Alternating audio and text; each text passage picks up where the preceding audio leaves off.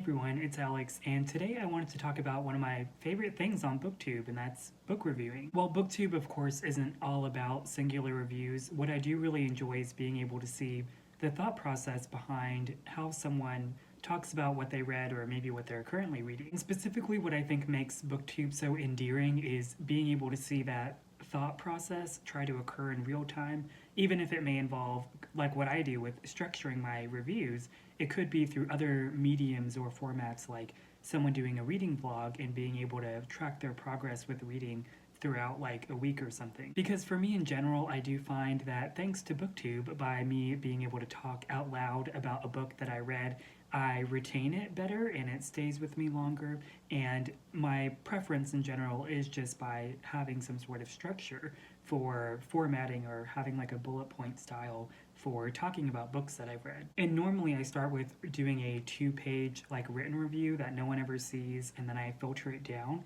to that bullet point list, which for me really helps kind of filter a sense of cracking at more specifically what I maybe thought about the most in regard to a book versus my general sort of sludge pile of thoughts through the written review part. So this video is just my general thought process towards doing reviews, and I'm sure it goes without saying that I am no authority on book reviews or what they should be like at all. I'm literally just someone with an internet connection. So with this first section, I have a couple of areas in which really when I think about it, before I even start thinking about my thoughts toward a book, I have kind of this preliminary stage of what I consider maybe considerate to think about in the grander scheme of things with books. So the first thing I have here is, what have I read before? This is something I had to think a lot about when I first started getting into reading as a hobby, having to consider how I really haven't had anything like the experience of reading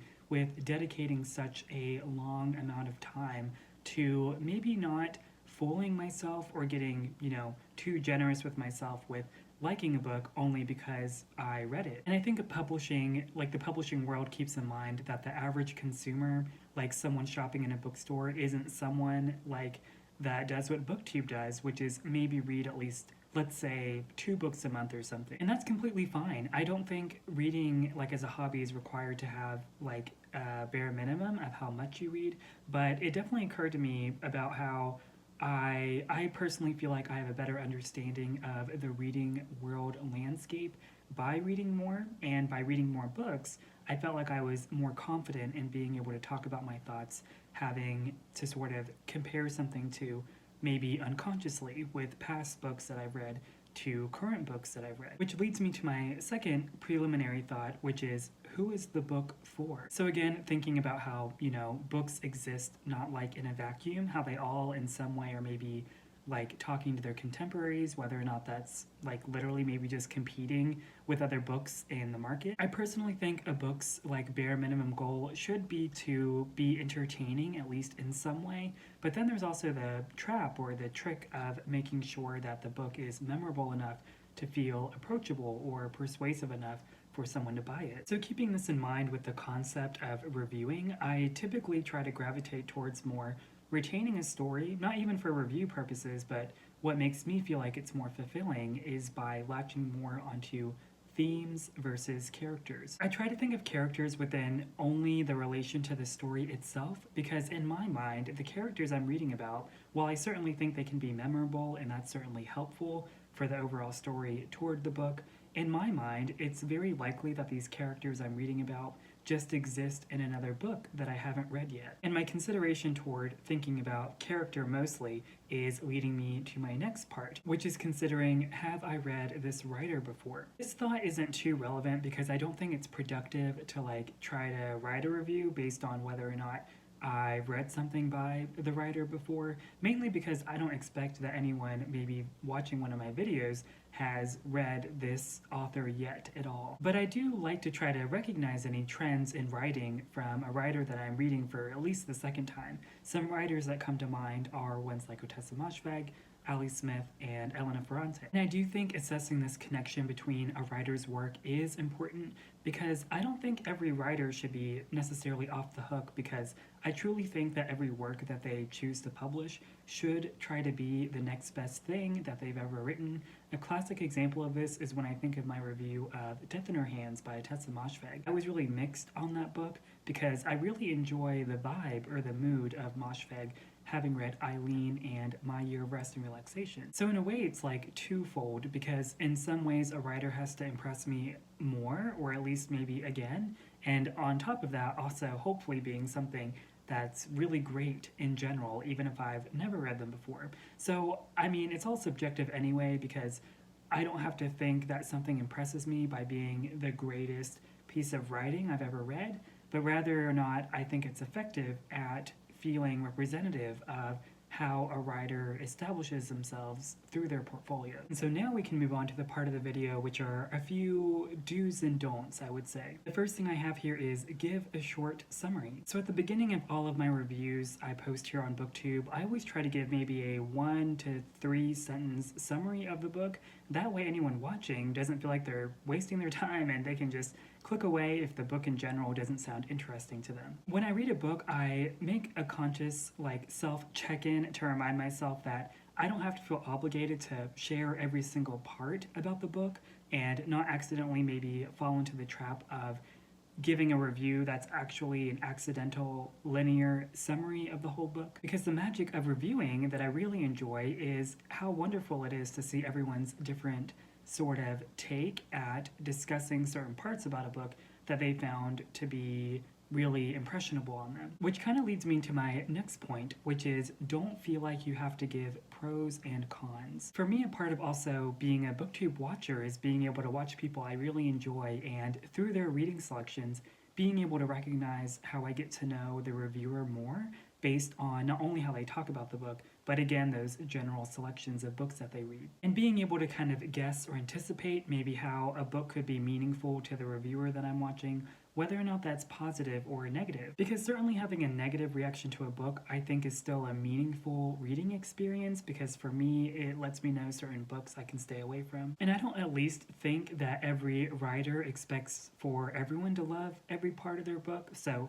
I think it would be kind of weird if a reviewer thought that someone maybe reading or watching their review also was expecting like a complete sort of balanced set of pros and cons to a book as well. And the final one I have for this section is don't be distracted by diversity. So don't grab your pitchforks just yet. But the reason I mention this is because thinking back to my beginning reading life, I was conscious a lot about whether or not I felt like a book was representative in certain ways, or at least more than likely ways in which I wished that the book was more representative to me, thinking I was like the only reader of this book. So again, cycling back to how when I first started reading that I didn't have a lot of books to compare the reading experience to. So I always think I've kind of switched it now to where if I feel like a book is somehow maybe lacking diversity, I think that's more accountable on me, maybe not really trying to do as much research or really trying to read more to find those books that are probably more than likely doing that diversity work for me that I'm looking for. And if I am trying to be self-aware to a book's diversity, I try to do so within the own self-contained ecosystem of how maybe the sense of diversity is used only within the context of the singular story of the book that I'm reading. And for the final section of this video, it's kind of thinking about reviewing on Booktube as a platform. There are many ways in which you can talk about books on Booktube through reviewing, whether or not that's like maybe a traditional review or maybe a reading blog or a wrap-up, and they're all great approaches. Because like I said earlier, I think the aspect to what's so desirable about Booktube is being able to get to know the reviewer behind the book review. And what's unique to Booktube, I think, is being able to have this kind of digital archive of like literally playing back a time capsule of yourself by hearing how you articulate your thoughts towards something, whether or not that's with a pause or maybe a certain cadence of your voice or surprise or emotional reaction to a book. And all of those are completely valid regardless of maybe dependent on what your initial thoughts on the book are, because I think what definitely stays with people as a form of like maybe content to something is the general sort of impression that they remember that the reviewer had towards the book. And again, with Booktube, even thinking like visually, just like how me in this apartment now versus thinking of my old videos with my old reviews based on different stages of my life, living elsewhere, and whatever else. So, yeah, I think it really doesn't matter like how you choose to sort of have a method of talking about books, whatever works best for you. So this next one I always find super interesting, and that's thinking about length. What's fascinating to me about reviewing in general, like on YouTube as a platform, is thinking about the different mediums of reviewing. Specifically, I like to watch sometimes like video game reviews or videos that are something like how insert video game changed my life. And sometimes those videos can be like a half hour or even an hour long. Treating that review kind of video more like a podcast because there's a lot of filler content with like gameplay being able to play in the background for the video. Meanwhile, on Booktube, I feel like the general consensus is to have reviews be kind of short and quippy and sort of to the point. Because I think books as a medium are approached more about how you can extract information versus video games where it feels like information can be indulged. By no means do I think like length towards any video really matters because whoever wants to watch it will watch it. Book reviews in general are a tough sell anyway because they're so specific to maybe someone not having yet watched it until they read the book, or kind of what I've noticed as a trend of sort of how to discuss a singular subjective experience to something, often being that with, on YouTube specifically, I think of some videos, which I'll put like some screenshots here, I think it becomes much more normal to maybe preface a video's approach to being something about an emotional response, or maybe being something, that way of having that fixation of what you're really getting into, like the direct point of what you're watching, versus having to really discover what it might be about. You kind of start the video by already knowing and then trying to look for those details of how you can compare and feel like you feel that experience too. I don't know if that really made sense, but even with the videos I'm thinking about that I'm sure I put screenshots of here, even if those aren't necessarily about books, I think the sentiment can be the same about maybe a emotional response to a book as a form of it in itself being a review, which is completely valid. And they're often videos that I really like to watch myself. Which brings me to the final section of this video, which is presentation. This section of the video is probably the most arbitrary, but also maybe my favorite part about Booktube. And this goes back to earlier whenever I said how I feel like I truly understand a book I read once talking about it out loud. But what I love to do is give that illusion of my preparedness. And again, thinking of how I like to prefer to structure my reviews with a bullet point style. As monotone as my voice is, what I am conscious of is maybe my different registers of my cadence with my voice, because how I hear myself talk about books once reviewing them is how I think about them in real time in my head. As not that what I read is on the basis of how I think I'm going to review it on my channel or anything, because for me, I feel like that would kill the fun of reading. But in my personal life, I just feel like this great relief because in my real life, I feel like I'd mentioned this before on my channel, but I'm really hard to have a conversation with because I get really daydreamy and I like usually imagine in my head the conversation I'm having with someone like in real time occurring, but in my head imagining it being like 10 times better or hoping that I'm doing a good job at like actually talking to someone. So in a way, Booktube serves as like this alternate reality for me where I feel like my version of myself by giving what I hope is some structured reviews is how I wish I could sort of emulate myself in real life, which to be honest, I think with Booktube, like me essentially like